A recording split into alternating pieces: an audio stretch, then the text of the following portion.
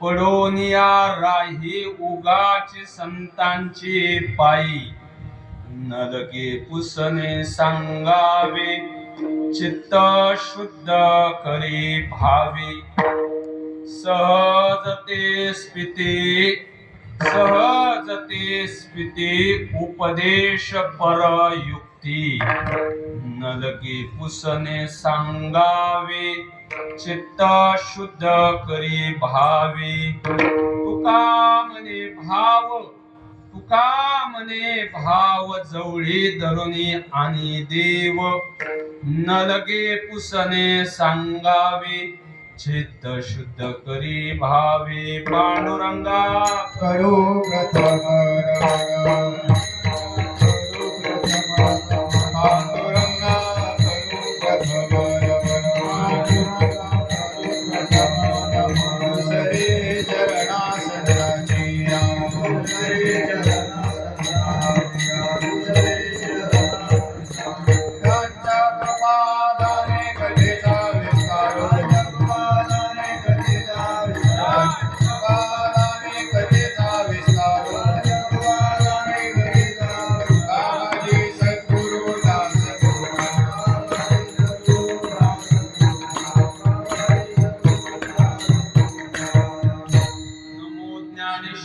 नमो ज्ञानेश्वरा निवृत्ते उदारा सोपान देवा मुक्ताबाई नमो त्रिभुवन पावनी आद्यत्रय जननी देवाची नमो सद्गुरु तुकया ज्ञानदीपा नमो सद्गुरु सच्चिदानंद रूपा नमो सद्गुरु भक्त कल्याण मूर्ती नमो सद्गुरु भास्करा पूर्ण कीर्ती मनुष्याकृती राघवे ख्याती केली शिळा शिखरे सागरे तारी एली तुका स्वामी हा पूर्ण ब्रह्म प्रकाशी जळे रक्षिले निर्जीव कागदासी महाराज हा जन्मला मृत्यू धोकी दुजे उपमा नाढळे इहलोकी भव सिंधुसे बांधिलासे तुझेने अनाथा दिना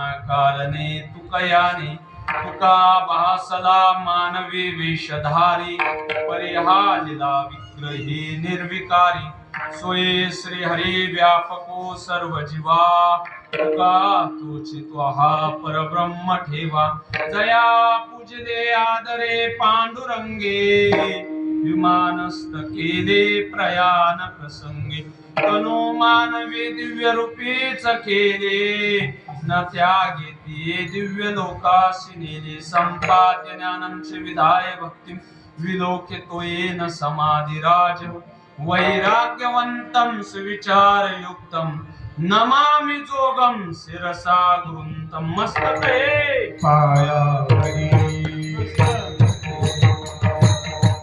मस्तके पायावरी या वारकरी संतांच्या या वारकरी संतांच्या वारकरी संतांच्या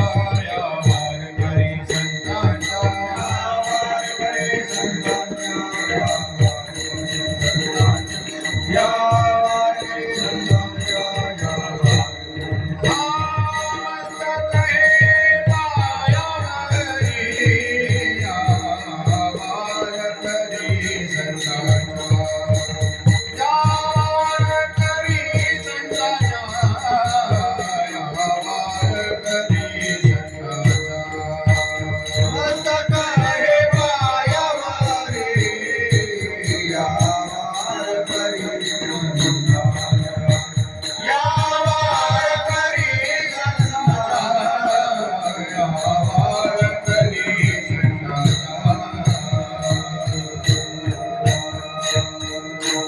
संतांच्या हे पायावरी या वारकरी संतांच्या श्री संतांच्या माथा चरणावरी साष्टांग एकरी दंडवत सेवे करता निवडलेला अभंग पंढरीरायाचे लढिवाळ भक्त वैष्णव शिरोमणी जगद्गुरु संत तुकाराम महाराज यांचा संतपर प्रकरणातील अभंग आहे. विठ्ठल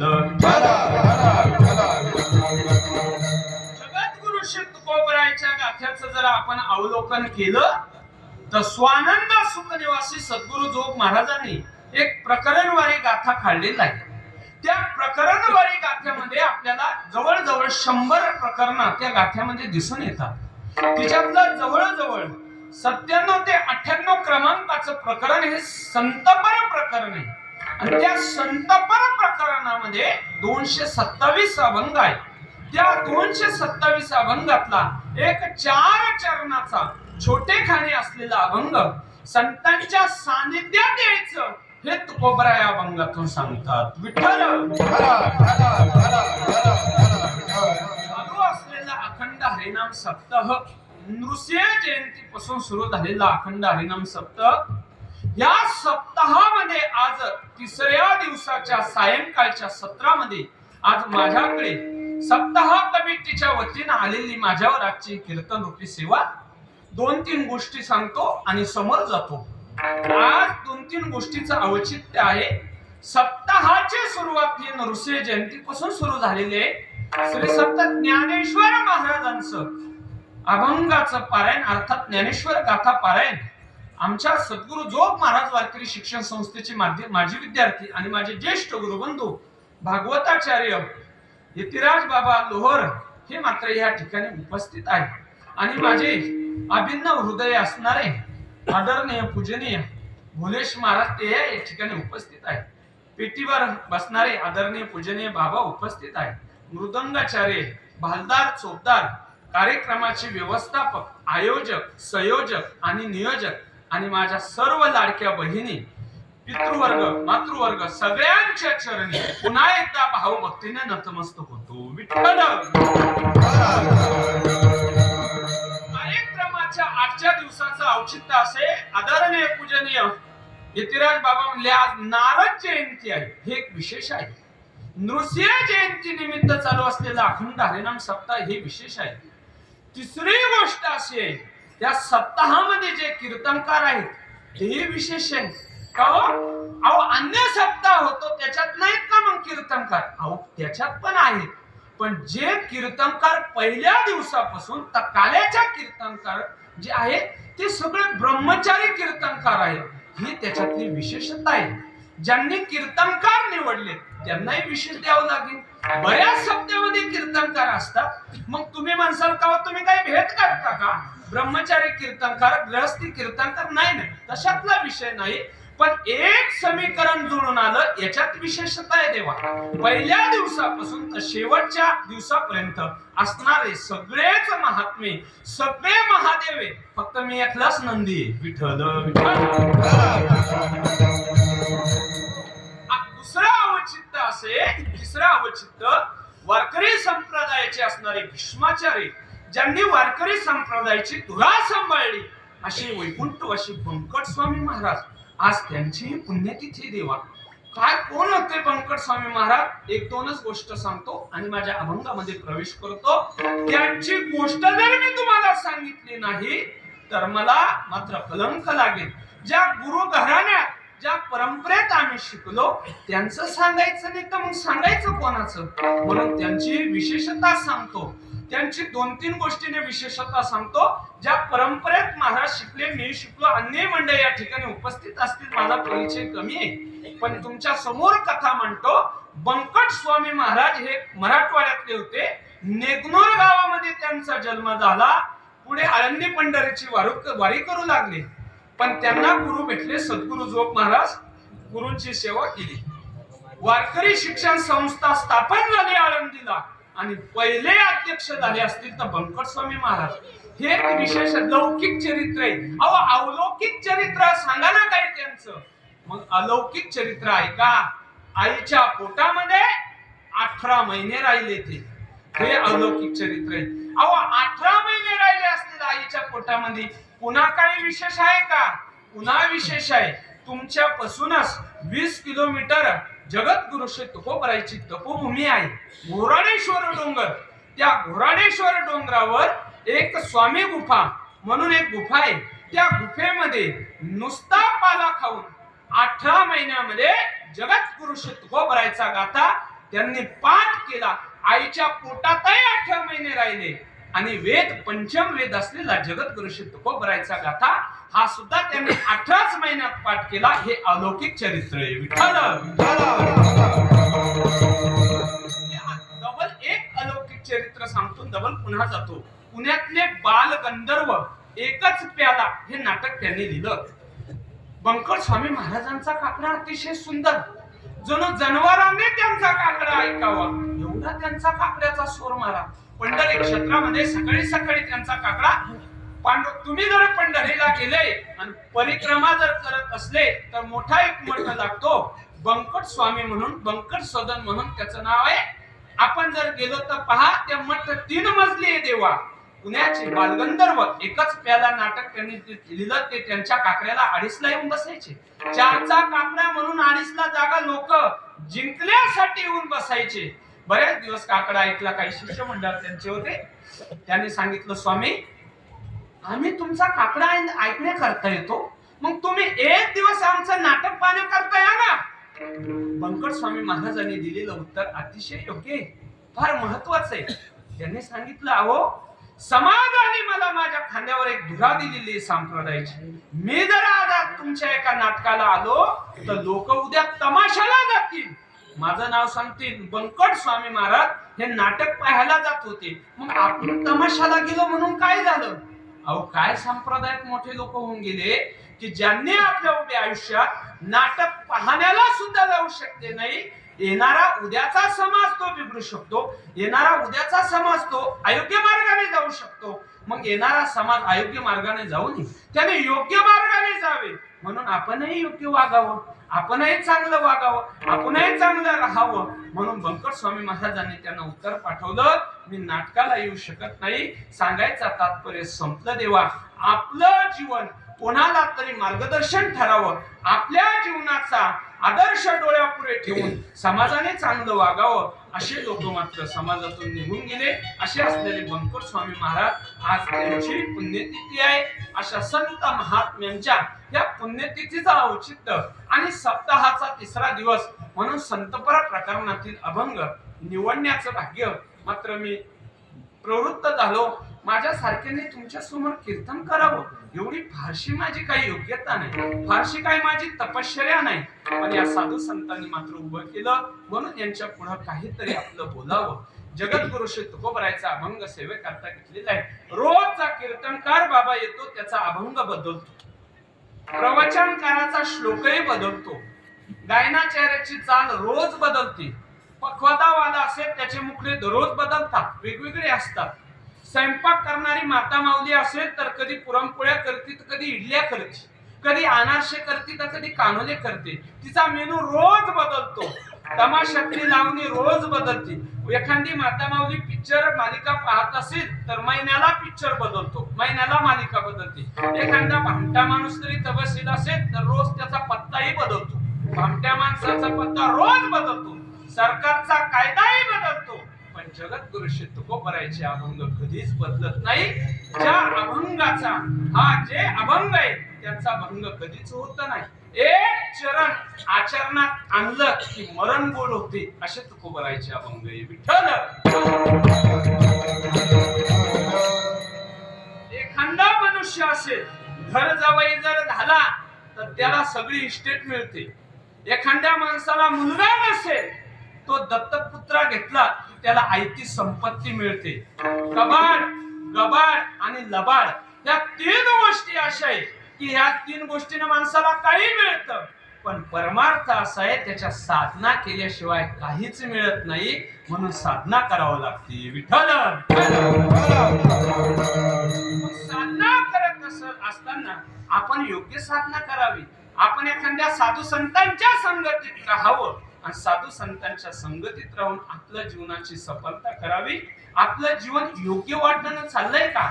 आपण कोणाच्या संगतीत आहे? आपण एखाद्या चांगल्या महापुरुषाच्या संगतीत राहू लागलो तर आपलं जीवन बदलेल. आपण जर वाईटाच्या संगतीत राहू लागलं तर आपलं जीवन कदापि बदलणार नाही. मग आपल्या जीवनाचा आपल्याला उद्धार करून घ्यायचा असेल तर आपल्याला एखाद्या संत महात्म्याच्या संगतीत जावं लागेल.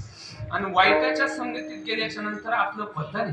मग जगद्गुरु श्री तुकोबराय म्हणतात, तुम्हाला तुमचं पतन करायचंय का उद्धार करायचाय?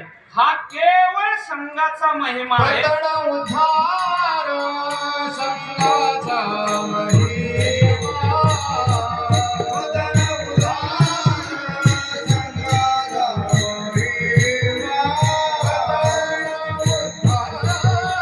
महिमा,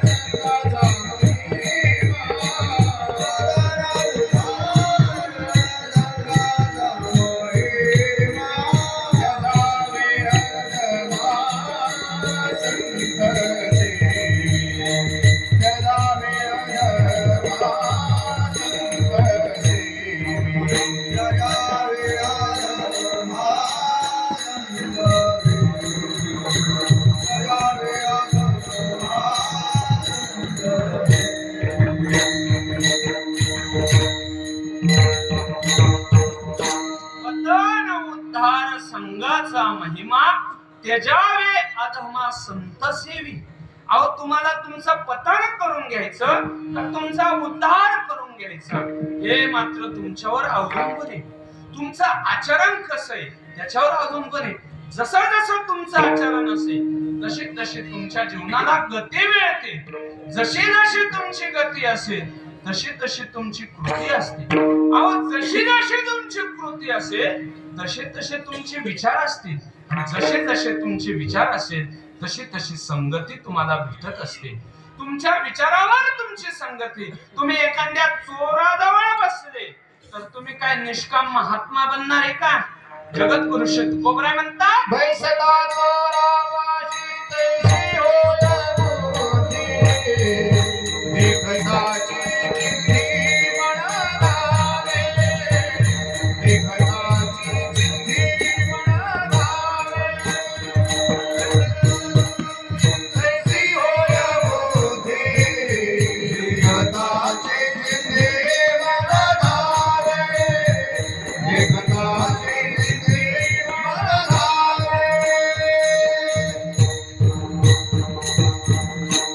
तुम्ही चोरापाशी बसले की तुमचं चिंदीवर मन धावतं आणि व्यभिचारापाशी बसता क्षणभरी देखताची नारी मन धावी.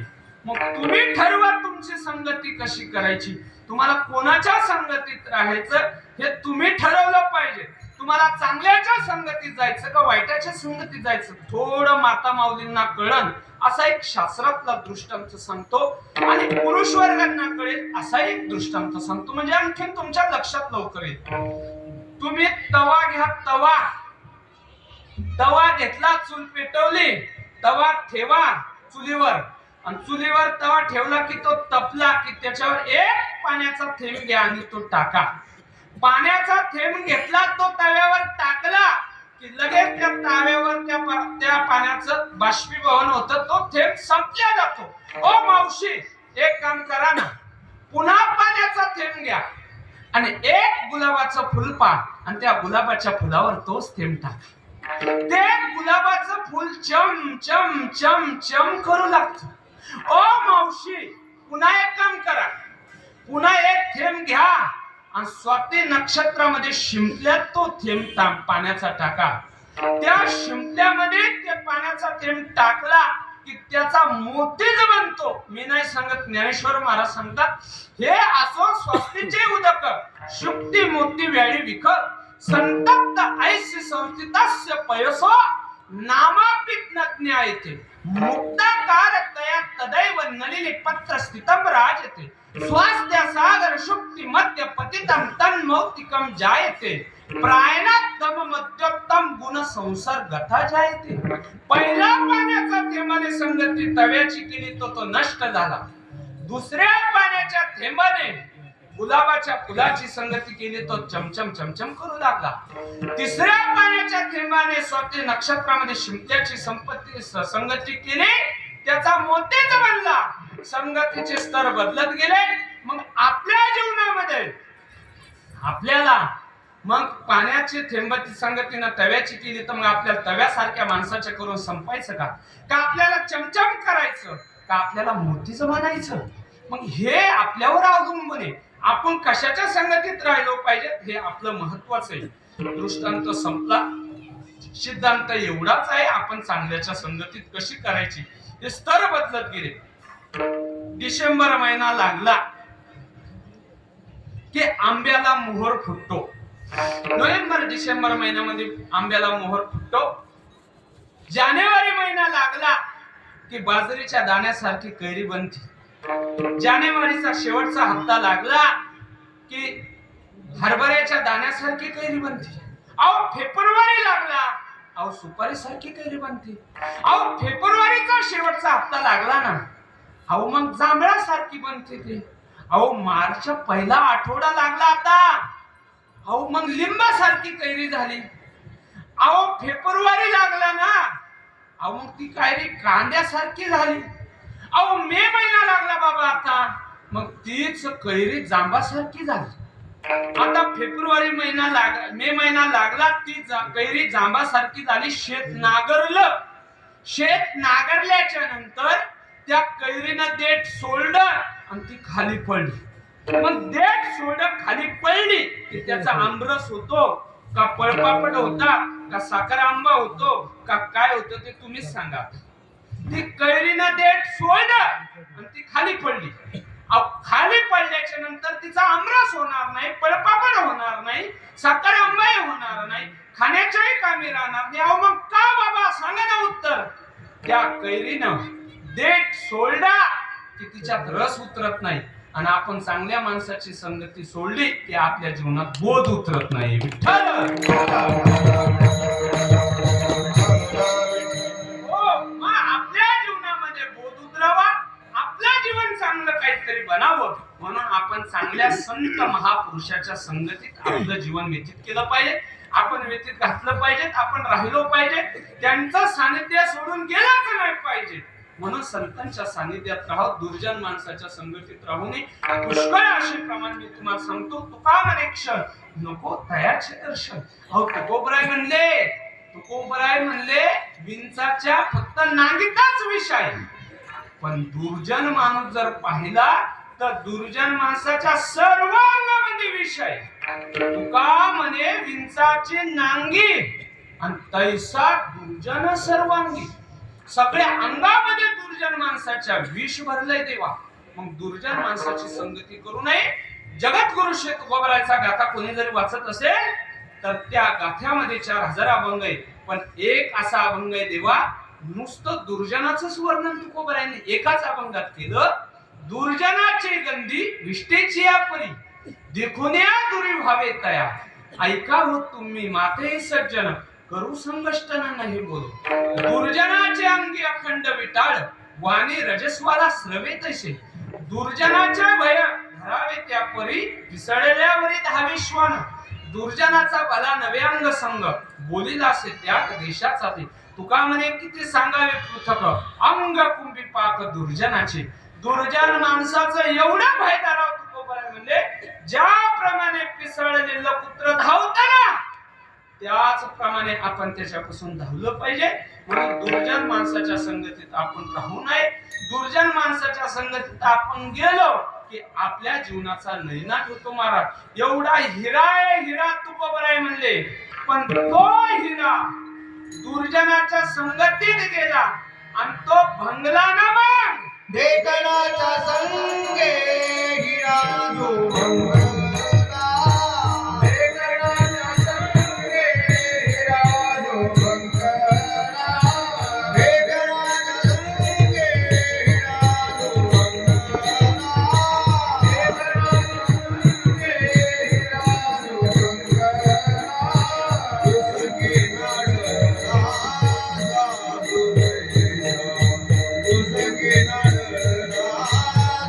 जादू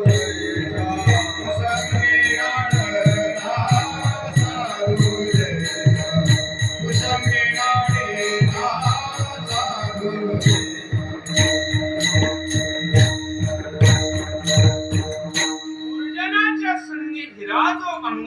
उसंगे नाडीला साधू तैसा.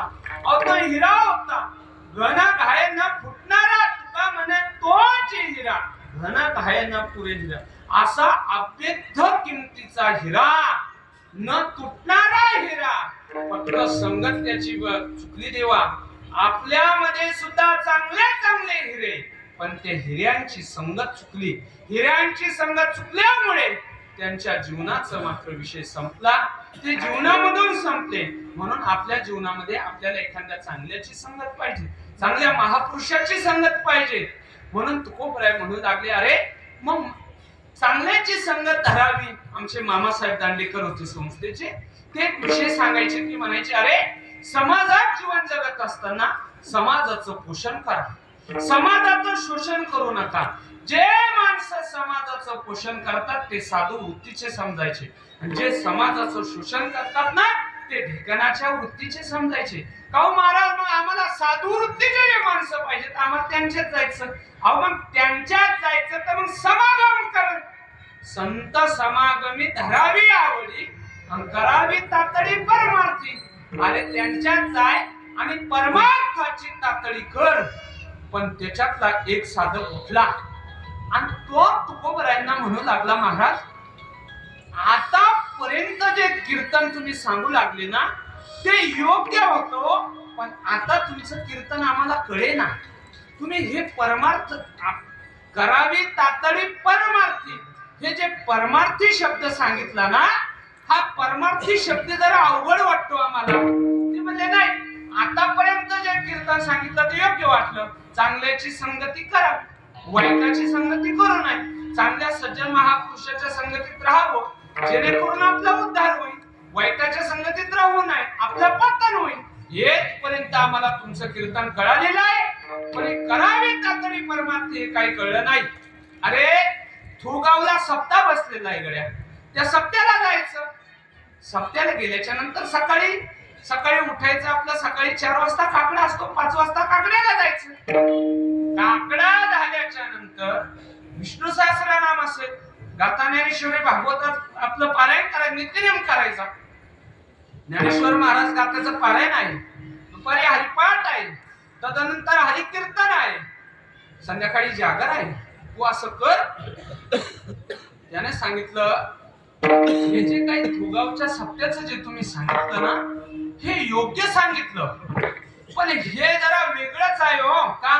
मी नेमकाच आयफोन घेतला आणि मी आयफोन घेतल्यामुळं काय झालं, मला हे सारखं उकंडाव करायची सवय. उकंडाव कर ते उकरता मला क्वाट आहे, मला गादी आहे, मला उशी आहे झोपण्याकरता. मी सरळही झोपलेलो आहे, अंगावर गोधडी पण आहे, वरून फॅन सुद्धा आहे, सगळा राजेशाही थाट आहे. पण मी ते उकरता सारखं मला 2:30 ते 3 वाजतात. आणि मी केव्हा काकड्याला जाऊ. काकड्याच्या टायमाला मला तर झोप येते. मला सकाळी साखर झोप लागेल असली, त्याच्यामुळे मला ते जाणं शक्य नाही. आणि मग पुढचं जे आहेत ना, मग तू काकडा नसेल तर मग गाथा ज्ञानेश्वरी भागवत त्या टायमाला तर नेमकाच मी उठलेलो असतो. माझे काही डोळे लागतात आणि काही झाप उघड छाप ते मला जमणार नाही. आणि मग गाथा आहे पारायण ज्ञानेश्वर महाराजांचं. महाराज एखादा अभंग आला त्याच्यावर चिंतनही सांगतात, ते जाय. अहो त्या टायमात तर माझा मेकअप असतो, माझं स्नान 15-20 बाटल्या पाणी लागतं मला थंडगार, उन्हाळ्याचे दिवस आहे. तदनंतर बॉडी स्प्रे, मला मेकअप, मला 1 तास लागतो. हाय एक काम कर, मी 12 वाजता मात्र जेवायला जातो. मी जेवण नाही सोडत. पंक्तीचे जेवण आहे ना दुपारचं, ते जेवण मी नक्की करतो. मी जेवण सोडणार नाही. मग जेवण आल्यावर दुपारी हरिपाठ, त्या टायमात तर मला उक्कड झोप असते. 2:30 वाजे लोकचा मोबाईल पाहिजे, ती झोप कुठं गेली माझी. तिथं मला घ्यावं लागते ना, मला ती झोप राहते. हरिकीर्तनांचा माझं 300 किलो जवळ वजन झालंय. मला काही डायटिंग, मला फिरावं लागतं, मला कीर्तनाला जमणार नाही. अरे पण हरी जागर आहे 10 ते 12. काय सांगा तुम्हाला, सारखा जागराला जर गेलो ना मी तर मला ऍसिडिटी होती. मग एकंदर कार्यक्रमच संपले. तिखट खाव तर पचत नाही, तिखट खाव रुचत नाही, आंबट खाव गिळत नाही. अवघडच. मोटरसायकल घेऊन जाव ती आवडत नाही, आणि फॉर्च्युनर घ्याव तर पैसे नाही. आणि मग लग्न कर, मुलगी देत नाही, मग ब्रह्मचर्य गॅरंटी नाही. देवना संसार तुका दोहीकडे चोर. आमचा देवही घडू शकत नाही, आमचा संसारही घडू शकत नाही. आम्ही कुणीकडचेच नाही. ओ तुकोबराय, मी आता काय करू. तुकोबराय म्हणतात, आता तू एक कर. तू कोणत्याच कामाचा नाही, पण एक काम कर मात्र. तू केवळ साधू संतांजवळ जाय आणि त्यांच्या चरणाजवळ नुसतं पडून राह. दुसरा काही करू नको. अभंगाचं पहिलं चरण. पडोनिया राही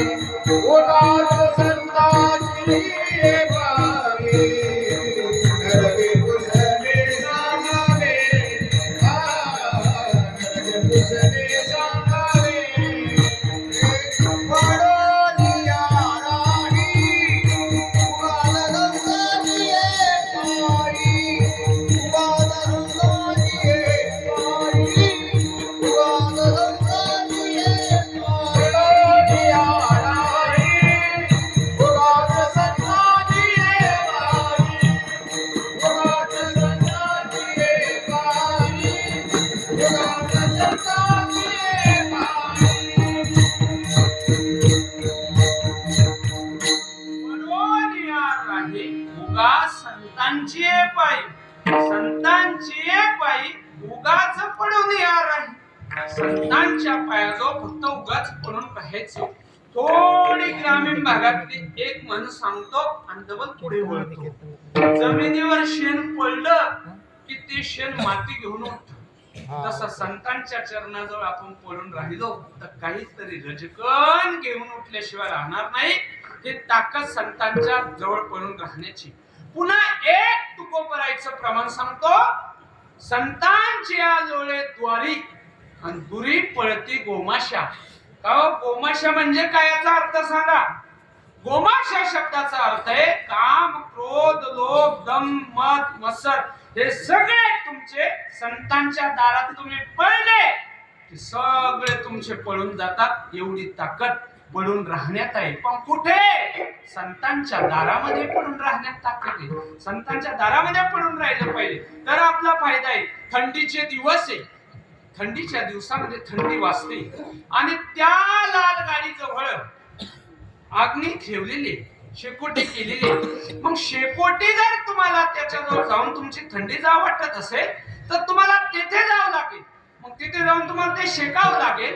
शेकल्याच्या नंतर तुमची थंडी दूर होईल. गीता भाष्यामध्ये शंकराचार्यांनी एक उदाहरण दिलं की तुम्ही त्या ठिकाणी जाऊन जर तुम्ही बसले तर तुमची थंडी दूर होईल. पण 2 किलोमीटरवर अग्नी ह्या ठिकाणी तुम्ही उभे, तुमची थंडी जाणार नाही. दूरस्थानम यथा अग्नी. त्या ठिकाणी जाऊन शीतम न आपणा येते. त्या ठिकाणी गेल्याच्या नंतर तुमची थंडी जाईल. तस संतांच्या दारात तुम्ही पडून राहिले त्यावेळेस तुमचा उद्धार होईल. त्यावेळेस तुम्ही संतत्वाला प्राप्त होताल. केव्हा? संतांच्या दारात गेल्याच्या नंतर. का मग संतांच्या दारात गेल्याच्या नंतर काय होतं? संतांच्या दारात गेल्याच्या नंतर संत आपल्यासारखे करण्याची ताकद संतांकडे आहे. म्हणून आपण संतांच्या दारात पडून राहिलं पाहिजे. ए आई, आई काय धावपळ आहे ग तुझी आज? अरे विजयादशमी आज, दसरा आहे दसरा. मग काय? अरे शेजारच्या राधा काकूकडे गेले होते मी. मग अरे थोडी डाळ आणली, थोडे तांदूळ आणले, थोडं बेसन पीठ आणलं, अरे थोडं खिरीचं सामान आणलं, सांडाई कुरडई आणली, अरे भज्याचं सामान नाही आणलं. वा वा वा वा. आई आज पुरणपोळी करणार का? अरे हो बाळा आज पुरणपोळी करा. आईचा स्वयंपाक सुरू झालेला आहे. 4 वाजेचा टाइम झाला. ए बाळ काय आई? अरे नैवेद्य तयार झाला. अरे जाय पांडुरंगाला गावातल्या मारुतीरायाला नैवेद्य घेऊन जाय. मुलाने नैवेद्य उचललेला आहे आणि पळत पळत पळत पळत पळत मंदिरामध्ये गेलेला आहे. मंदिरामध्ये गेला, नैवेद्य दाखवला. नैवेद्य दाखवल्याच्या घरी आला, कपडे काढले, पाणी फिरवलेलं आहे ताटाला, पुंडलिक वरदाई केलेलं आहे. पुंडलिक वरदा झाल्याच्या नंतर जेवायला सुरुवात केली. जेवण सुरूही झालेलं आहे आणि जेवण करता करता करता जेवण संपलेलं आहे. जेवण संपल्याच्या नंतर मुलगा खेळायला पुन्हा गेला. पण तेच आईचं हृदय. आई म्हणली बाळाला पुरणपोळी खूप आवडते माझ्या. म्हणून आईने संध्याकाळी पुन्हा एक भगोनं ठेवलेलं आहे. तिच्या थंड पाणी घेतलं, एका कॅटलीमध्ये पुरण ठेवलं आणि ते थंड पाण्यात ठेवलं. बाळ झोपलं. दुसरा दिवस उजाडला. स्नान झालं, देवदर्शन करून आला. ए आई असं म्हणल्याबरोबर आईनं म्हणलं काय बाळा? अगं मला पुरणपोळी दे. हट्ट करू लागला. पुन्हा त्या कॅटलीचं पुरण काढलेले, पुन्हा पुरणपोळी केलेली. दुसऱ्या दिवशी पुरणपोळी करून दिलेली. दुसरा दिवस गेलेला आहे. तिसरा दिवस उजाडला. तिसरा दिवस उजाडल्याबरोबर मुलगा म्हणू लागला ए आई. आई म्हणली काय? अगं मला पुरणपोळी करून दे. आई म्हणली अरे बाळा, अरे आपली खूप गरिबी आहे. अरे डाळ आणण्याची ताकद माझी नव्हती. शेजारच्या राधा काकूकडून मी डाळ आणलेली, अरे मी तांदूळ आणलेले, अरे मी सगळ्या उसनवारी आणून तुला पुरणपोळीचा स्वयंपाक केला. आता मी पुन्हा कशी करणार? आई मला ते सांगू नको, मला पुरणपोळी दे. सारखा आग्रह. राजहट्ट, बालहट्ट आणि श्रीहट्ट, 3 हट्ट माणसाला पुरवावं लागते. त्याच्यातला हा बालहट्ट. आईने कपाळाला हात लावलेला आहे, डोक्याला, आणि अंगणामध्ये बसलेले. शेजारच्या राधा काकू पुन्हा त्याच गल्लीनं चाललेले. राधा काकूचं लक्ष गेलं. काकी साहेब का दारात बसल्या? अहो काय सांगाव तुम्हाला, अहो मुलगा खूप बेजार करतोय ना. अहो मग बेजार करतो तर त्याला दवाखान्यात न्या. अहो त्या म्हणल्या दवाखान्यात न्यासारखा रोग नाही ना त्याला. त्याला जर दवाखान्यात न्यासारखा रोग असता त्याला दवाखान्यात नेलं असतं. तसा त्याला कसलाही रोग नाही. म्हणलं मग काय? अहो तुमच्या घरून मी जे पुरणपोळीचं उसनवारी सामान आणलं ना, त्या दिवसापासून तो मला पुरणपोळी दे सारखा आग्रह धरतो. मी कुठून देणार? अहो तुमची आणलेली उसनवारी द्यायची राहिली आमची, मग कुठून द्यायचं त्याला पुरणपोळी? तुम्ही त्याची चिंता करू नका. आमचे 10 किलोमीटरवर एक प्रतिष्ठान नगरी आमचे आतिष्ठ आहे. एकनाथ महाराज म्हणून पैठण नगरीमध्ये राहतात. एक काम करा, त्यांच्या पत्नीचं नाव गिरजाबाई आहे आणि ती गिरजाबाई सकाळी उठल्यापासून पुरणपोळी करण्याचं काम करते. तुम्ही एक काम करा ना, आपण त्यांच्या घरी याला घेऊन जाऊ.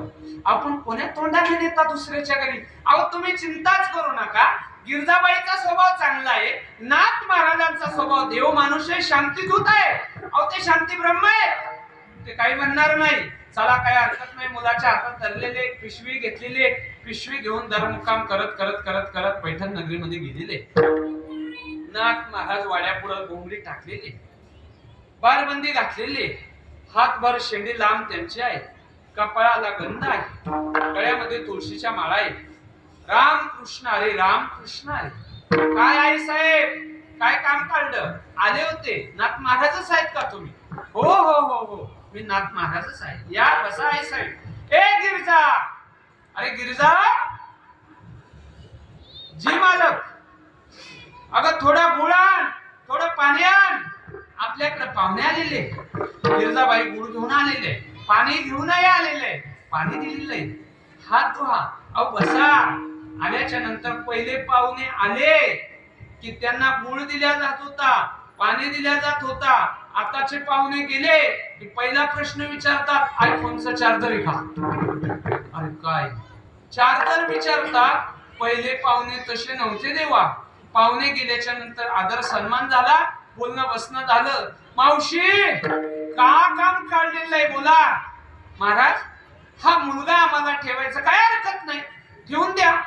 आमच्याकडे काही मुलं पखवाद वाजवतात, काही गायन करतात, अहो काही रामायण वाचतात, काही भागवत वाचतात. तयारी होऊन जाईल त्याची.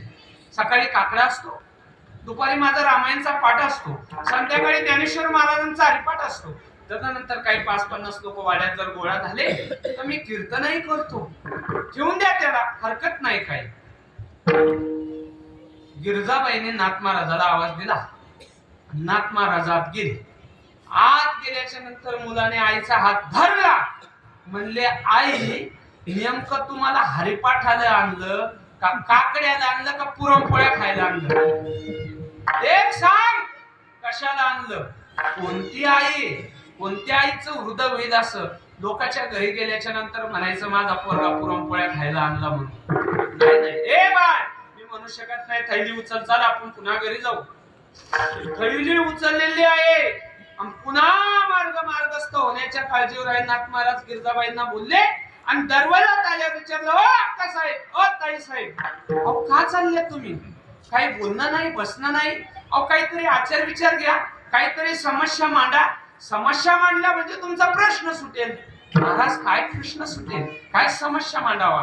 महाराज मी आले होते मुलगा घेऊन, मुलगा ठेवायचाही होता आम्हाला.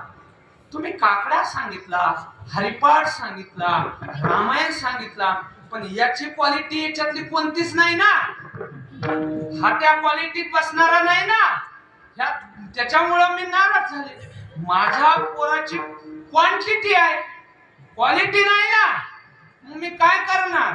मग सांगा तुमची समस्या काय. माझा मुलगा एकाच कामा करता आलेला आहे. तुमची गिरजा मावशी पुरणपोळ्या करते आणि ते पुरणपोळ्या विजय पांडुरंगाला दाखवते. हो मग हा फक्त पुरणपोळी खाण्याकरता आलेला आहे, चालेल का? नाथ महाराज म्हणले, अहो पखवाद भारी वाजवतात आमच्याकडे, गायनही भारी करतात आमच्या सप्त्यात.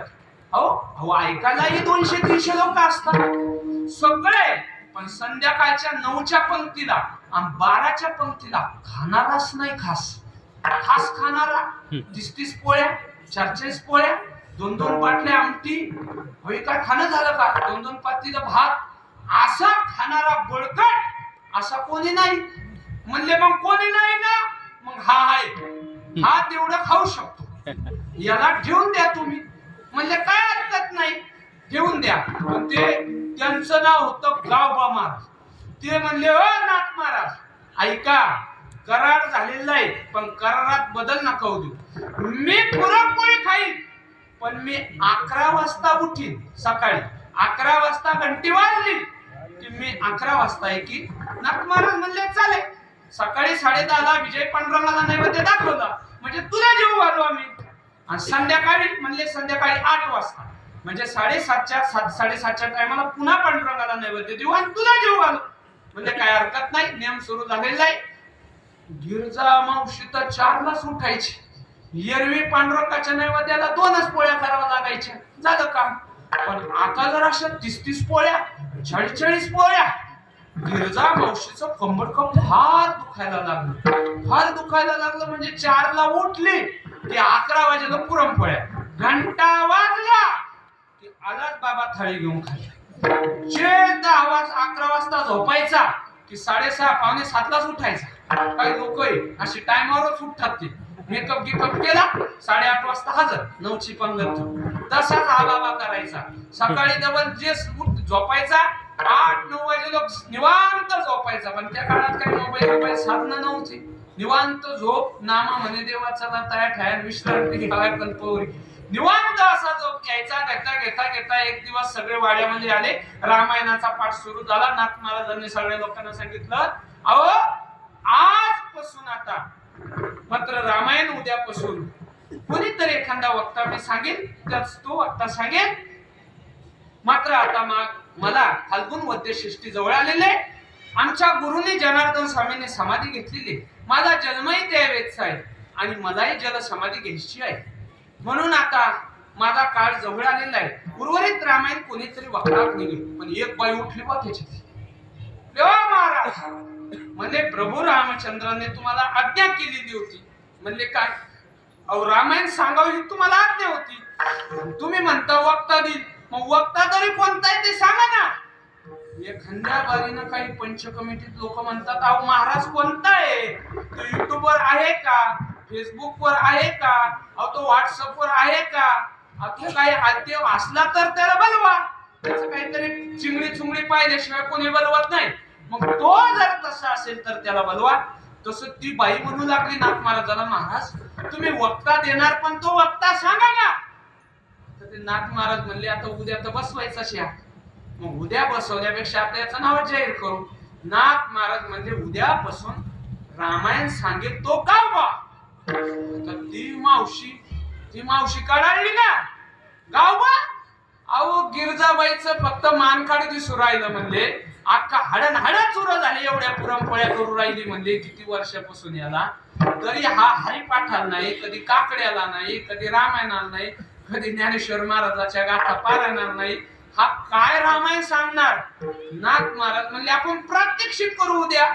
त्यानं जर चांगलं कीर्तन सांगितलं तर पुढच्या वर्षीच्या सप्त्यात घेऊ. त्यानं जर असंच डावल्या गोष्टी केल्या तर कट करून टाकू. 1000-2000 रुपये कमी का जास्त, त्याला कट करू. त्याचा काय एवढं. मग त्याने जर व्यवस्थित सांगितलं रामायण तर आपण त्याला सांगायला लावू. काही घोर नाही. उद्याचा 4 वाजेचा टाइम ठेवलेला आहे. सगळ्या माता मावल्या पुरुष मंडळी मात्र नाथ महाराजाच्या वाड्यामध्ये आलेले. नाथ महाराजाच्या वाड्यामध्ये सगळे गोळा झालेले. गोळा झाल्याच्या नंतर 4ची घंटा वाजली. आता काय झालं, रोजची घंटा 11ची वाजायची, एक संध्याकाळी 7ची वाजायची. आता ह्या गाववाले असं वाटलं की काहीतरी गिरजा मावशींनी आणि नाथ महाराजांनी आपलं शिवालोकन केलं असावं.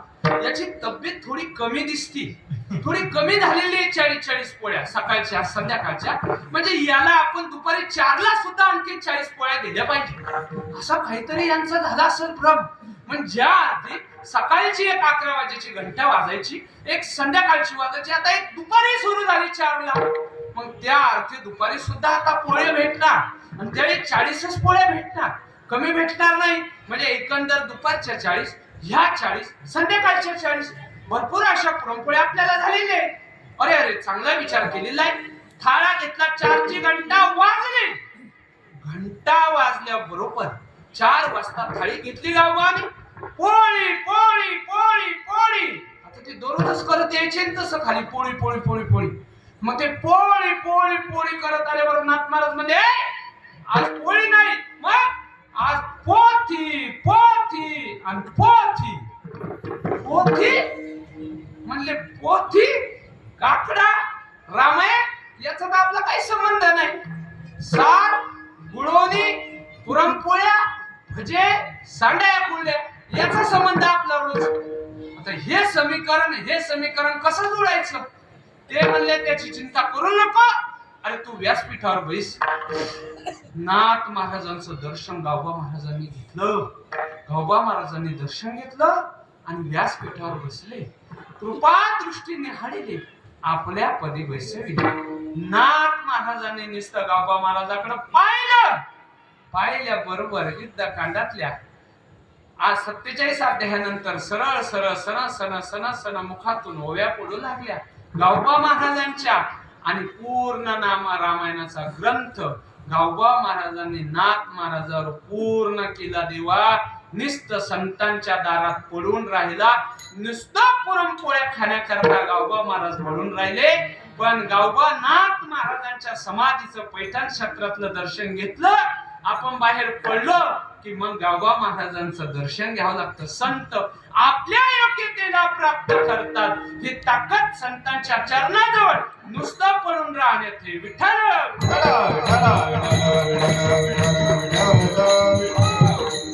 असे असणारे नाथ महाराज त्यांनी आपल्या योग्यतेला मात्र त्यांना आणलं आणि योग्यतेला आणून त्यांची आजही समाधी त्या ठिकाणी आहे.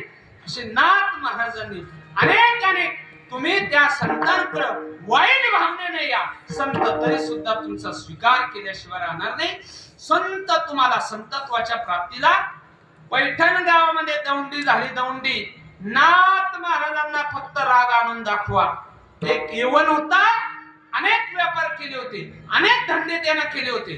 काय माणसाला धंद्यात यशच येत नाही. हे धंदा सोड, तो धंदा कर, तो धंदा सोड, तो धंदा कर. त्याला असं वाटलं दौंडी दिलेले नाथ महाराज हे ब्राह्मण आहे. ब्राह्मणाला राग आणून दाखवणं काय लय जाऊ गडे का? काहीच नाही ना. ब्राह्मण काय सोहळ्यात राहतात. सोहळ्यात राहणाऱ्या माणसाला ओवळं करायचं, झालं आला राग. त्याला काय जास्त आहे म्हणले मग 500 रुपये माग इनाम. ज्याने नाथ महाराजांना राग आणून दाखवलं त्याला 500 रुपये इनाम. म्हणजे काय हरकत नाही. मग दौंडी सुरू झाली. दौंडीत त्याने सांगितलं मी राग आणून दाखवतो. नाथ महाराज स्नानाला गेले गोदावरीच्या. यानं घाटावर बसला, काठ आणला, चुना आणला, पानं आणले, तो खायचा. नाथ महाराज आले की नाथ महाराजाच्या अंगावर थुंकायचं. नाथ महाराज पुन्हा जायचे, पुन्हा स्नान करायचे. अहो हा पुन्हा यायचा, पुन्हा थुंकायचा. नाथ महाराज पुन्हा स्नानाला जायचे. हा पुन्हा यायचा, पुन्हा थुंकायचा. नाथ महाराज पुन्हा स्नानाला जायचे. असे 108 वेळेस तो मात्र थुंकला. पण 108 वेळेस झाल्याच्या नंतर त्याचं तोंड सोलायला लागलं. आता तोंड सोलायला लागल्याच्या नंतर त्याच्यात दया, अंतःकरणामध्ये दया झाली. अरे आपण एवढा थुंकतो, हे बाबा स्नान करून येतो, आता उठलेला आहे येवन, पण आता थुंकण्याकरता नाही. नाथ महाराजांचं दर्शन घेतलं आणि मनात विचार आला, अरे आपण किती पापी, अरे आपण किती चांडाळ आहे. एका संत महात्म्याला किती त्रास देतोय आपण. आता उठलेलं आहे पण थुंकण्याकरता नाही. नाथ महाराजांचं दर्शन घेतलं.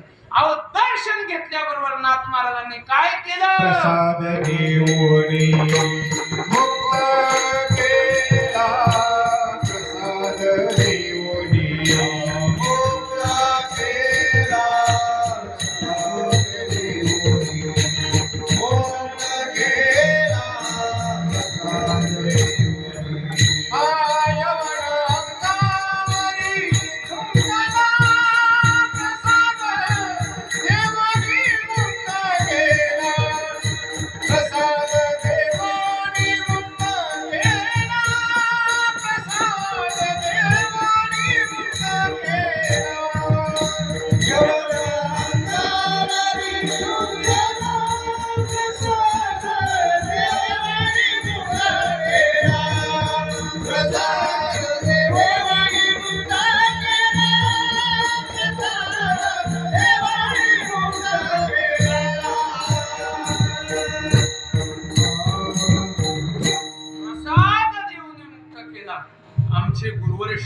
ब्रह्म मारुती बाबा पुरीकर ते आळंदीमध्ये विचारसागर शिकवतात. त्या विचारसागरामध्ये काही अंतरंग लक्षणं, काही बहिरंग लक्षणं आले देवा. पण हे लक्षण आलं नाही. गुरुच्या अंगावर थुंका आणि गुरुप्रसाद देऊन मुक्त करतो. एक स्वतंत्र शक्ती अशी केवळ संतांची. तुम्ही संतांकडे वाईट भावनेनं जा, संत तरी तुमचा स्वीकार करतात. आगामी एकुलानेची नाही खागे मददेव भलतेची नाही मार्गे भक्ती का विषय विरागे अथवा वैरे. तुम्ही कोणत्याही भावनेनं जा, कसे जा संतांकडे, संत तुम्हाला योग्यतेलाच प्राप्त करतात. भलतिया भावे शरण जाता भेटे वाढीत से कोटी जन्म व्याधी. वाढीत से कोटी जन्म व्याधी.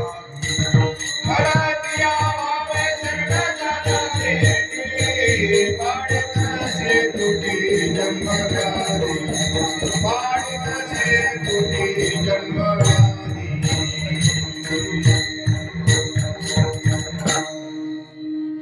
भलत्या भावे शरण जाता भेटी पाडी तसे तुटी जन्म.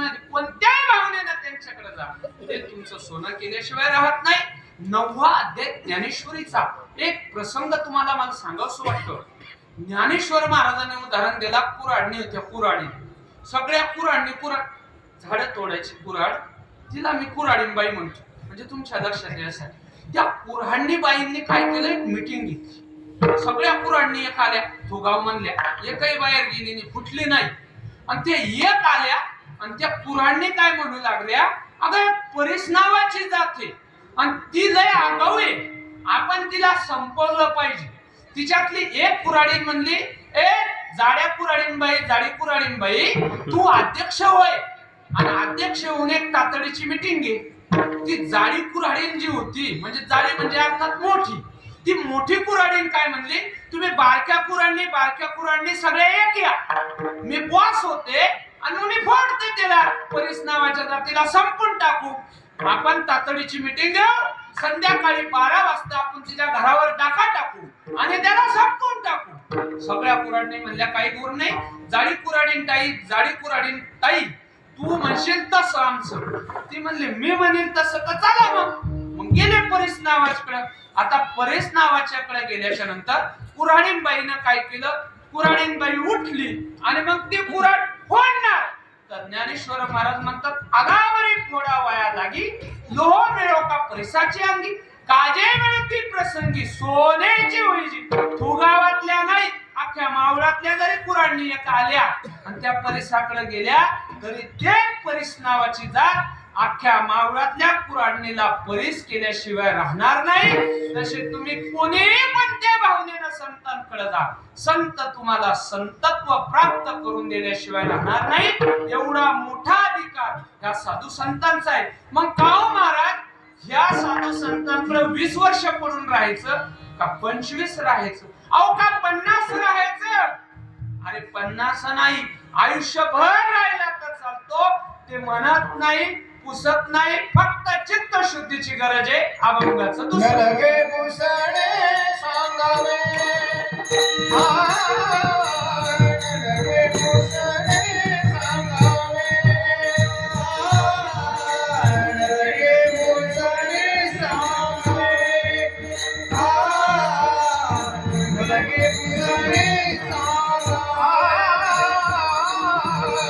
नलगे पुसणे सांगावे, नलगे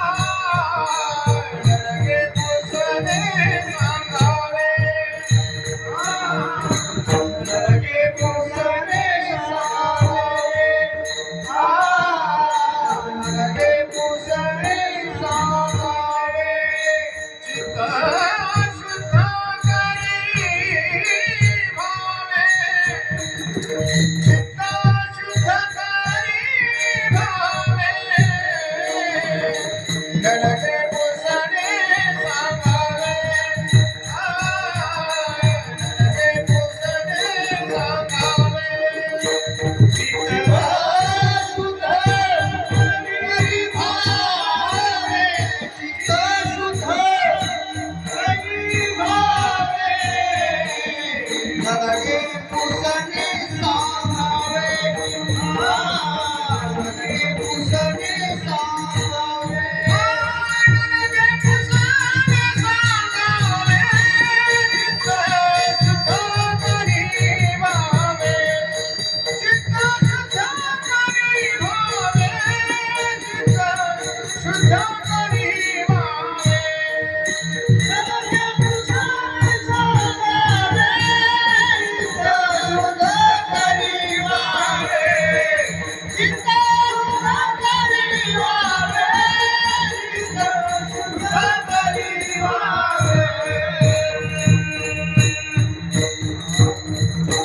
नालागे पुसणे सांगावे आणि चित्त शुद्ध करी व्हावे. संतांना पुसण्याची गरज नाही, विचारण्याची गरज नाही. इदम ज्ञानमुपश्रित्य मम साधर्म्य मागताः सर्गे नोपजायन्ति प्रलयन्न व्यथन्ति च न सांगता तुम्हा कळो येते नाही. विश्वंभर परिहाराची नव्हे. अहो देवाला संतांना सांगण्याची गरज नाही. एका जनार्दनी जाणे इच्छिले ते पुरावी एका जनार्दनी जाणे इच्छिले ते पुरावी जनार्दनी जाणे इच्छिले ते पुरावी जनार्दनी जाणे इच्छिले ते पुरावी हरी संताची आसने पूजा करी काय माझा बळे एका जनार्दनी जाणे इच्छिले ते पुरावी एका जनार्दनी जाणे इच्छिले ते पुरावी एका जनार्दनी जाणे इच्छिले ते पुरावी एका जनार्दनी जाणे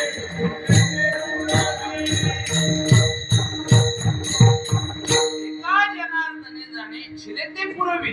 अरे तुम्ही काय म्हणा ते तुम्हाला देण्याकरता तयार आहे. त्यांना सगळं कळतं. सांगण्याची गरज नाही, पुसण्याची गरज नाही. फक्त केवळ चित्त शुद्धीची गरज आहे. मग तुम्ही उपासना मार्गाने जा, तुम्ही कर्म मार्गाने जा, तर तुम्ही ज्ञान मार्गाने जा, तुम्ही कोणत्याही मार्गाने जा.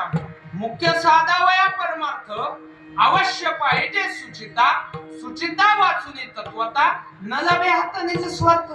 भावे गावे गीत शुद्ध करून या चित्त तुझा भावा आहे देव तरी हा सुलभ उपाय. अहो तुम्ही कर्म मार्गाने जा. एरवी तरी पंडू सुता अंतर शुद्ध न सता बाहेरी कर्मे तो तत्वता विटंबुगा. तुम्ही कोणत्या ज्ञान मार्गाने जा तैसे मोक्ष होईल ज्ञान. एक किरण आहे आण परितेची थारी ऐसे मन शुद्ध व्हावे. नाही निर्मळ जीवन आणि काय करील साबन. तैसे चित्त शुद्ध नाही तेथे बोध करील काय. तुमचं चित्त शुद्धी फार महत्वाची. अंधबल एक पुन्हा एक वाक्य सांगतो देवा. विठ्ठल विठ्ठल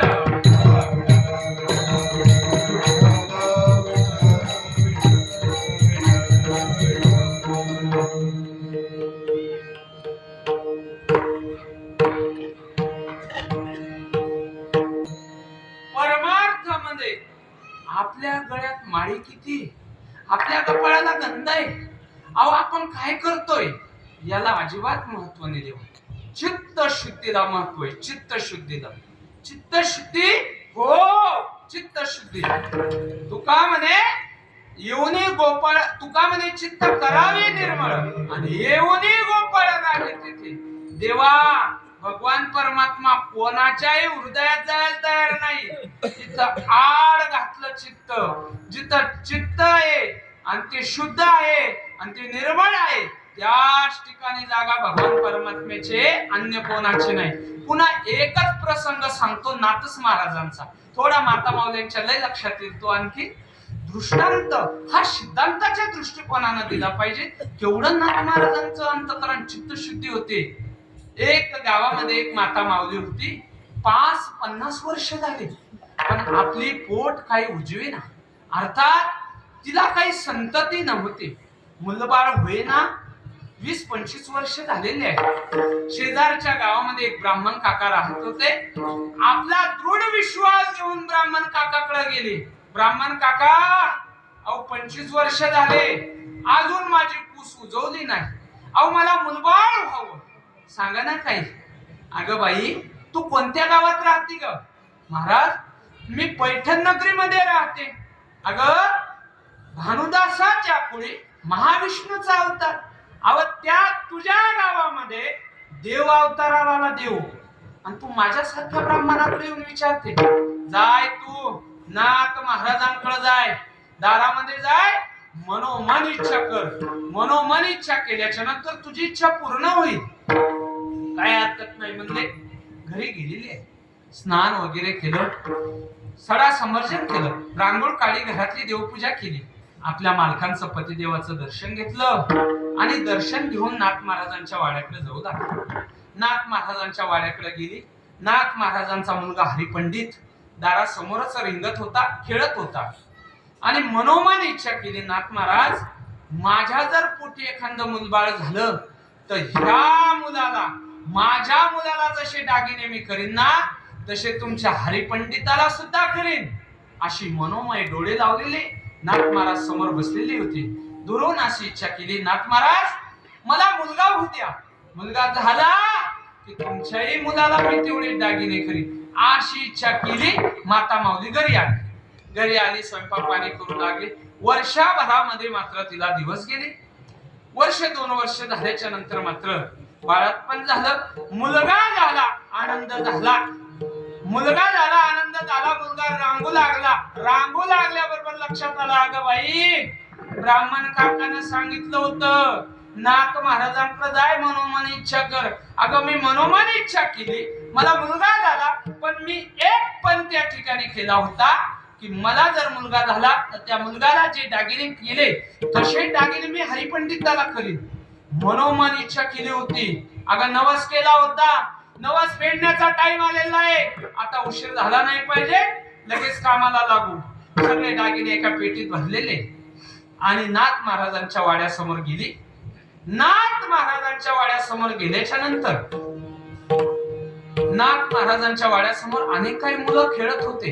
गोरा गमटा पोरगा दिसला, अंगावर दागदागिने दिसले. विचार केला, हाच मुलगा नाथ महाराजांचा आहे. सगळे दागिने त्याच्या अंगावर घातले, फुलून दिसू लागला. पण नेमकं दागिने घातले आणि त्या मुलानं रडायला सुरुवात केली. ते मुलगा होतं शेजारच्या बाईच. ते काही नाथ महाराजांचं नव्हतं. त्यानं दागिने घालूस तर काहीच बोललं नाही ते पोरग. त्यानं दागिने घातले आणि दागिने घातल्यावर ते लागलं रडायले. आता रडायला लागल्याच्या नंतर ते गेलं शेजारनी बाईच्या घरी. शेजारीन बाई नाथ महाराजाच्या घराजवळची होती, गरीब. आता ती म्हणली, अरे मी तर फक्त तुला दिसल्या बायाच केल्या होत्या. अरे करदुडा काय, अरे गोप काय, कटवळे काय, मटकड्या काय, तू तर फारच सजून आला. मग त्याला विचारायला लागली त्याची आई, का रे बाळा, हे कोणा घातलं तुला? ते म्हणले, नाथ महाराजाच्या घरी कोणीतरी बाई आली, हरिपंडिताला घालायचं तिने मलाच घातलं. पण ती बाई इमानदार होती. तिने आपला मुलगा हातात धरलेला आहे आणि हातात धरून तिकडे येत असताना विचारलं, ओ नाथ महाराज. नाथ महाराज म्हणले, काय बाई? अहो, ह्या मुलाला का दागिने घातले? ज्या बाईने दागिने घातले ती बाई त्या शेजारी उभी होती. त्या बाईने विचारलं, नाथ महाराज, आल्याच विचारलं होतं की तुमचा मुलगा कोणता आहे? त्यावेळेस नाथ महाराजांच्या मुखातून उद्गार गेले होते, हे आपलेच मुलं आहे, हे आपलेच मुलं. असं म्हणल्यामुळं त्या बाईला असं वाटलं, गोरा गोमटा आहे, दिसायला चांगला आहे, जाडाजुडा आहे, सफरचंदासारखे याचे गाल आहे, खात्या पित्या घरचा आहे, म्हणजे हा हरिपंडित असला बाई. मी तर याला घातले, आता शेजारच्या बाईचा आहे. शेजारची बाई म्हणली, हे नको. मग कसं नाथ महाराज? नाथ महाराज म्हणू लागले, बाई, तू दागिने घालायचं काम केलं ना? म्हणजे हा. मग ये आता तू. आणि त्या बाईच्या मुलाला दागिने घातले होते, तुझ्या मुलाला दागिने घातले ना? ती म्हणली, हा. मग तू पण ये आता. जिच्या मुलाला घातले तिला सांगितलं, आता तू पण ये. आणि जिनं आणली होती तिला सांगितलं, तू तुझं काम केलं ना? हे असणार आपलं आणि तुपलं करणारे नाथ महाराज नव्हते. हे सगळं आपलंच आहे, हे सगळे आपलेच मुलं आहेत, ह्या वृत्तीवर होते. म्हणून त्यांची चित्त शुद्धी होती. म्हणून 36 वर्ष देवानं त्यांच्या घरी पाणी वाहिलं. देवा विठ्ठल, चित्त शुद्ध तरी शत्रू मित्र होती, व्याघ्रेने खाती सर्पतया. असं असणं, हित व्हावे तरी दंबदुरी, चित्त शुद्धी सेवा देवाची आहे असं असणार त्यांचं चित्त शुद्ध होतं. आणि त्या चित्त शुद्धीमुळे मग का हो, एकदा चित्त शुद्धी झाली की काही आपल्या जीवनात क्रांती घडते का? तो साधक म्हणून आपला तुकोबर आहे.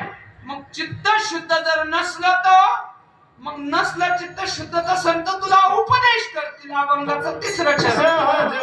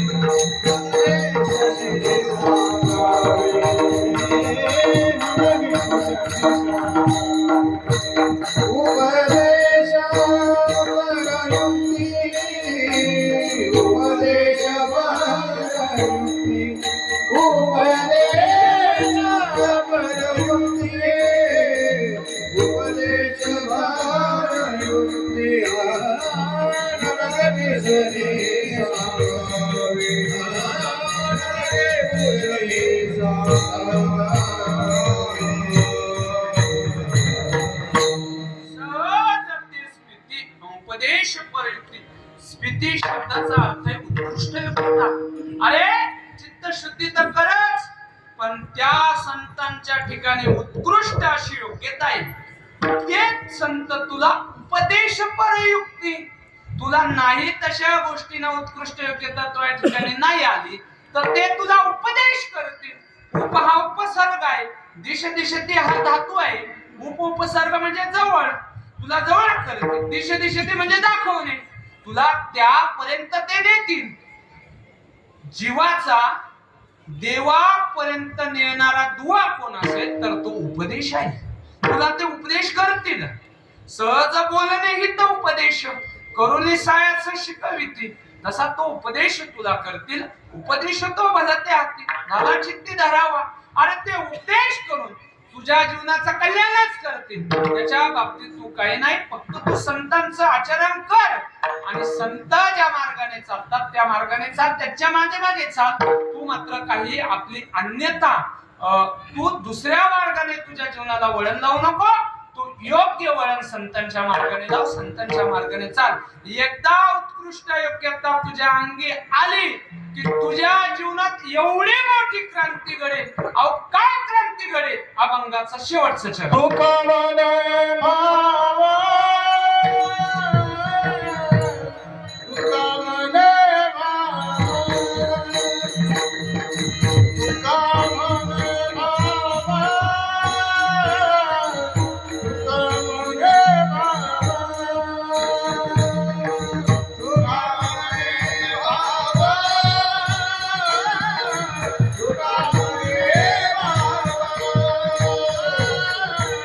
Bye.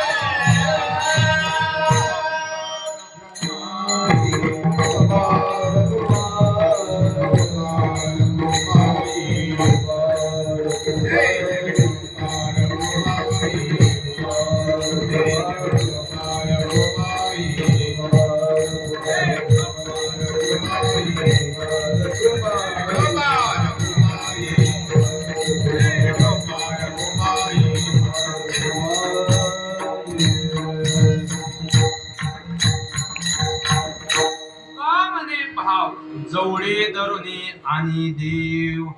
जर तुमचा शुद्ध भाव असेल तर तुमच्याकडे देव येऊ शकतो. म्हणून संतांच्या चरणी आपण श्रद्धा ठेवावी, संतांच्या दारामध्ये पडून राहावं, आपली चित्तशुद्धी ठेवावी. उत्कृष्ट योग्यता आली की एक दिवस भगवान परमात्मा आपल्या घरी आल्याशिवाय राहणार नाही. अशी योग्यता, असं जीवन आपलं बनवावं, असा आचार आपला ठेवावा, असा विचार आपला ठेवावा, असं आपलं राहणीमान असं ठेवावं. संस्थेचे भाऊसाहेब महाराज वरुडीकर होऊन गेले, आमचेच गुरुवारी मंडळी. ते म्हणायचे, अरे आपलं वागणं हे नेटकं असावं, नाटकी नसावं. म्हणून आपलं जीवन नाटकी ठेवू नये, आपलं जीवन नेटकं ठेवावं, आपलं जीवन आचरणशील ठेवावं, जेणेकरून एकदा तरी भगवान परमात्मा आपल्या घरी येईल, एकदा तरी संत आपल्या घरी येतील. म्हणून त्याची चिंता आपण आपल्या जीवनात करावी, त्याचं चिंतन करावं आणि संतांनी जसं सांगितलं तशी वागणूक, तशा पद्धतीचं आचरण आपण आपल्या जीवनात करावं आणि आपल्या जीवनाचं कल्याण करून घ्यावं. मला ज्यांनी आमंत्रित केलं ते म्हटले, अजिबात माझं नाव घेऊ नका, सांगूही नका, ते त्यांना आवडतही नाही. असे असणारे आपले सगळ्यांचे मार्गदर्शक आदरणीय पूजनीय भुलेश महाराज यांनी कसं काय दिलं मला माहित नाही. पण ज्ञानेश्वर महाराजांचे बंधू सोपान काका यांच्या समाधी सोहळ्याच्या दिवशी चालता चालता त्यांनी सांगितलं, थोगाव गावामध्ये एक कीर्तनाची सेवा तुम्हाला करावी लागेल. त्या ठिकाणी मात्र मी त्यांना होकार दिला आणि आज तुमच्यासारख्या अशा पवित्र मातृवर्गाचा, पितृवर्गाचा, बंधुवर्गाचं दर्शन मला झालं. मला ज्यांनी आणलं, ज्या गावामध्ये आम्ही रोज भिक्षा मागण्याकरता जातो, असे दिनेश महाराज बालगरे या ठिकाणी उपस्थित आहे. डोंगरापासून ते मला या ठिकाणी यांनी पोहोचवलं आणि तुमच्या सेवेचा योग मला आला. म्हणून एकच गोष्ट सांगतो, रोग होईल असं कधी खाऊ नये. काय मावशी? रोग होईल असं खाऊ नये, भांडण होईल असं कधीच बोलू नये, कर्ज होईल असा व्यवहार करू नये. आणि बाबांनी पण लोक कंटाळतील इतकं कीर्तन लांबू नये. ज्ञानेश्वर